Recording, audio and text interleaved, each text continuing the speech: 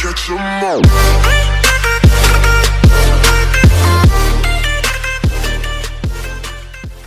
Hey yo, what's going on, Shock fam? We are finally back in a brand new video, guys. My name is GizmoShock. Where the have you been, bro?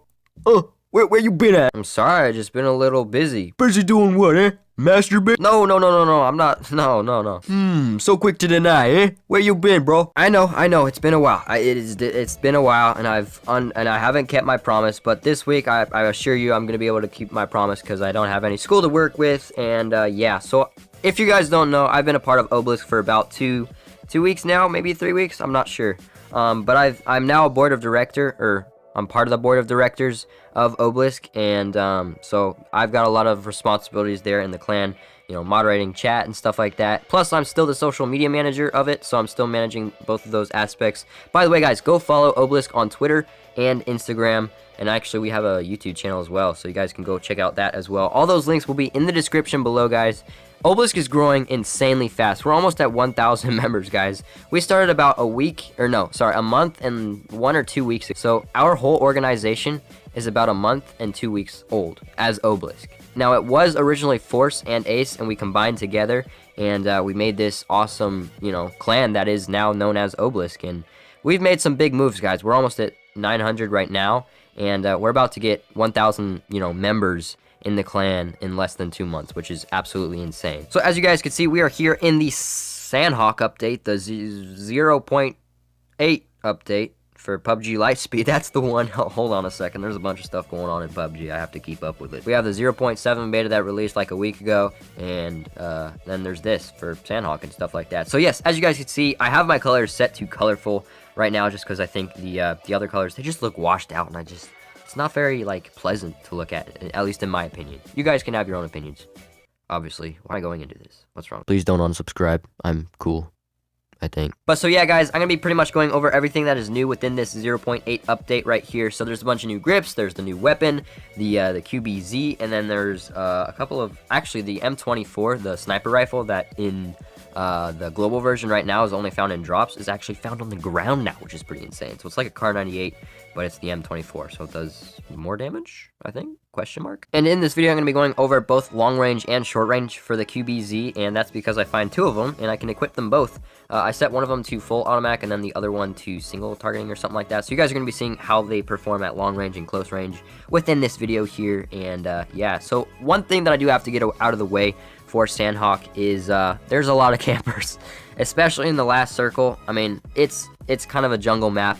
It's what you would expect. It's not as bad as you would think, actually, because you would think in a jungle, you would think like every second of the game there's going to be campers and stuff like that, and that's actually not the case. It's mostly just towards the end of the game, and in my opinion, the best way to avoid that is just to stay still and wait for other people to move, and that's, at least in my opinion, that's the best way to counter that. So yeah. Now obviously you guys know that Sanhok is a 4 kilometer by 4 kilometer map, whereas Erangel is an 8 kilometer by 8 kilometer map, so it's kind of like half the size, quarter the size. I can't even remember. Some guy made like this long comment on my channel. I'll have to find it. Maybe I'll put it up on the screen. Maybe not. Maybe I'm lazy. So yeah, it's a lot smaller of a map, but there's still 100 players in it. So if you're gonna land in a big city, just be prepared because there's gonna be other people there. That's basically how this map is gonna work, because you still have the 100 people and you're in a lot smaller of a map. So yeah. Oh, I remember what the guy said. He said it's 4 kilometers by 4 kilometers, and that's like 1,600 square kilometers. Whereas if on Erangel, it's 8 kilometers by 8 kilometers, which is 64 square kilometers, if that makes sense. So he said it's like a quarter or something like that. I don't know, guys.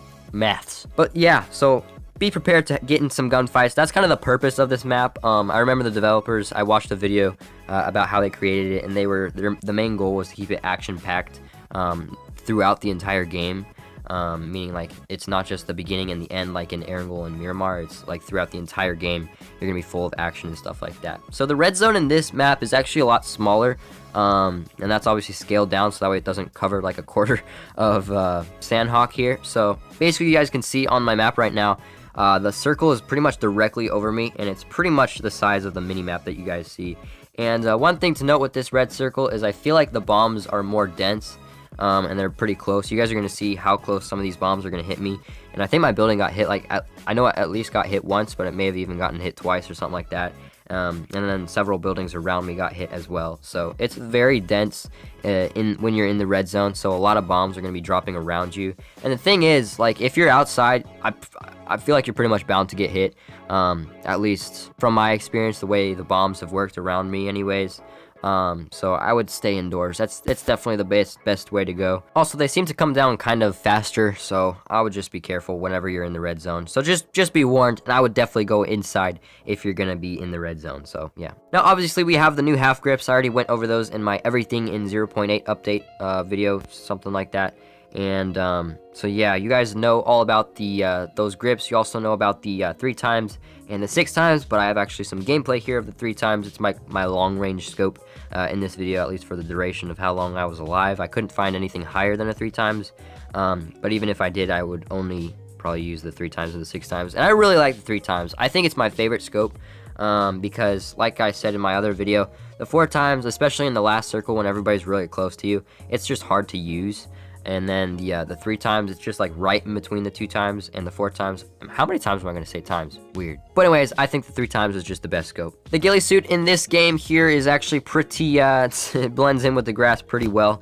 Obviously, your guns are still going to stick out, and I'm glad they do it that way, or this would be just crazy OP and stuff like that. So, yeah, I feel like there's a slight coloration difference between the grass and the ghillie suit. So the ghillie suit still OP as ever, especially in the grass. Obviously there's going to be a pretty big contrast between you and the sand, especially if you have your color set to colorful.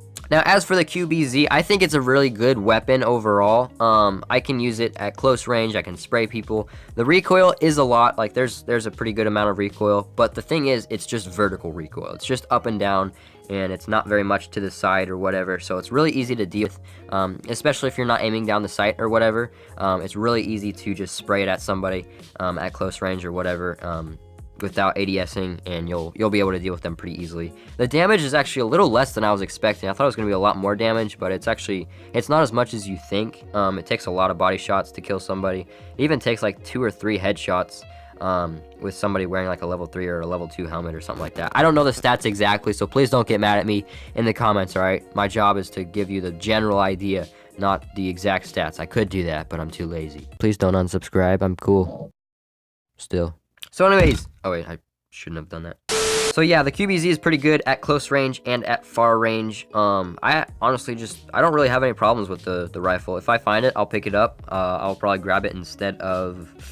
Well, I'll grab it instead of the M16 any day. And as for the M4, the Scar, I will probably pick it up instead of the M4, but not the Scar, because I'm liking the Scar a lot right now. The Scar L, it's my boy.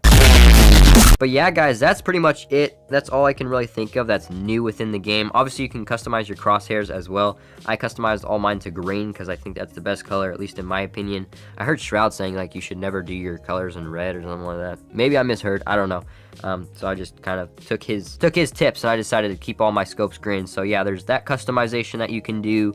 Oh yeah, the new grips. So I don't really know all the stats about the grips, and I don't know how they like help you or which one's the best or whatever, but I did notice that when you have a certain grip equipped and there's another grip like the half grip or the thumb grip or whatever on the ground, it'll either turn yellow or it won't turn yellow if it's a better grip. And I don't know what is classified as better, like it reduces the recoil that much more, or if it, you know, does something else entirely, like, I don't know, faster aiming down the sight or something like that. I don't know the stats, again, but it will recommend the better grip for that weapon on the ground. And I think weapons do actually have different grip preferences, like which grips are better for each weapon. I think they do differ per weapon, so yeah, something to think about. And that right now off the top of my head is all I can think of that I was going to go over in this video. So let me know what you guys think about Sanhok. This obviously isn't a very funny edited video, but those are coming out soon. So I hope you guys are going to stay tuned to that. Make sure to subscribe if you're new, if you learned something new, or if you guys like my personality. You know, I'm still a pretty cool guy. I'm pretty chill. Alright, I'll stop.